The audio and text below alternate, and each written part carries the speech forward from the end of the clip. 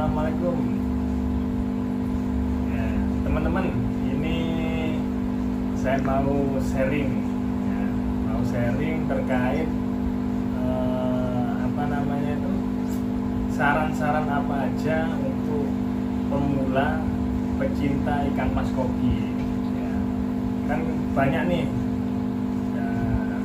yang tanya gimana sih caranya supaya ikan mas koki kita ini tetap sehat, tetap aktif, ya.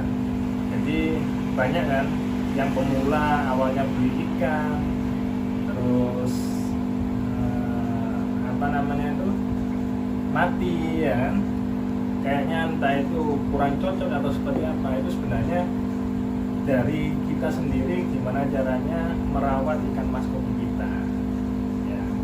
Jadi ada beberapa tips dari saya gimana caranya merawat ikan mas koki kita ini supaya tetap hidup, sehat dan cepat besar, ya teman-teman ya. Jadi simak video ini sampai habis, oke?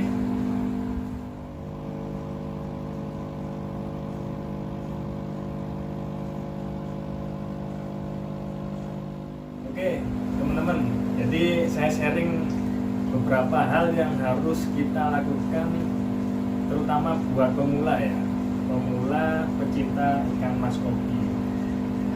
Kadang kan kita berpikir ikan ini susah untuk merawatnya. Sebenarnya kita merawat ikan mas koki ini sangat mudah sebenarnya.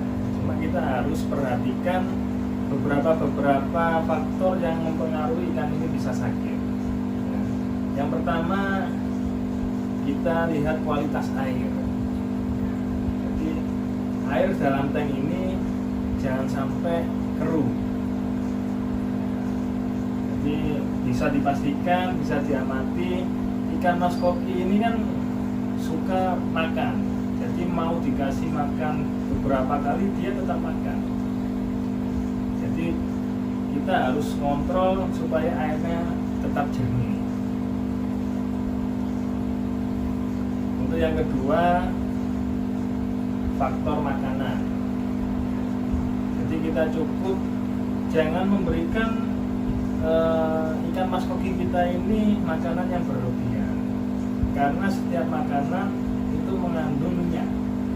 Pada saat masuk ke dalam air, makanan itu tidak segera habis, maka minyaknya akan bercampur sama air. Semakin banyak makanan yang tersisa, otomatis airnya akan menjadi keruh. Terus semakin lahap, semakin banyak makanan yang dimakan sama ikan mas koki, kotorannya juga pasti akan semakin banyak.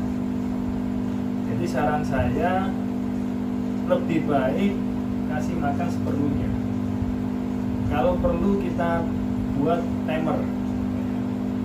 Jadi kalau saya sendiri ini ada beberapa ikan mas koki, ya, kurang lebih 30 ekor. Ini saya kasih makan satu hari itu cuma 2 kali, yaitu jam 7 pagi sama jam 6 sore. Setelah itu kita biarkan aja ikan mas koki ini beraktivitas seperti biasa. Meskipun lapar, nggak perlu dituruti untuk dikasih makanan. Terus yang ketiga faktor media filter. Jadi kita lihat dulu tank kita ini ukuran berapa. Kalau saya ini tanknya ukuran panjangnya 80, lebarnya 40, tingginya 40. Jadi saya buat filter ini dengan yang tipe 1800 per jam atau 1600 per jam. Itu sudah cukup untuk membersihkan atau mempercepat penyedotan kotoran bekas makanan hasil dari ikan mas koki tersebut. Terus yang keempat, tolong perhatikan air itu kalau bisa dikasih sama aerator. Karena gelembung yang dihasilkan dari aerator itu di samping oksigen itu bisa membuat kotoran itu mudah tersedot sama filter. Jadi kotoran itu tidak diam di suatu tempat. Ya, jadi itu aja saran dari saya untuk pemula khususnya ikan mas kopi ya. Tolong perhatikan beberapa tips yang saya sebutkan tadi. Sangat mudah kan? Dari situ nanti teman-teman akan mengetahui pola ikan mas kopi teman-teman itu seperti apa. Oke, itu aja video yang saya share hari ini.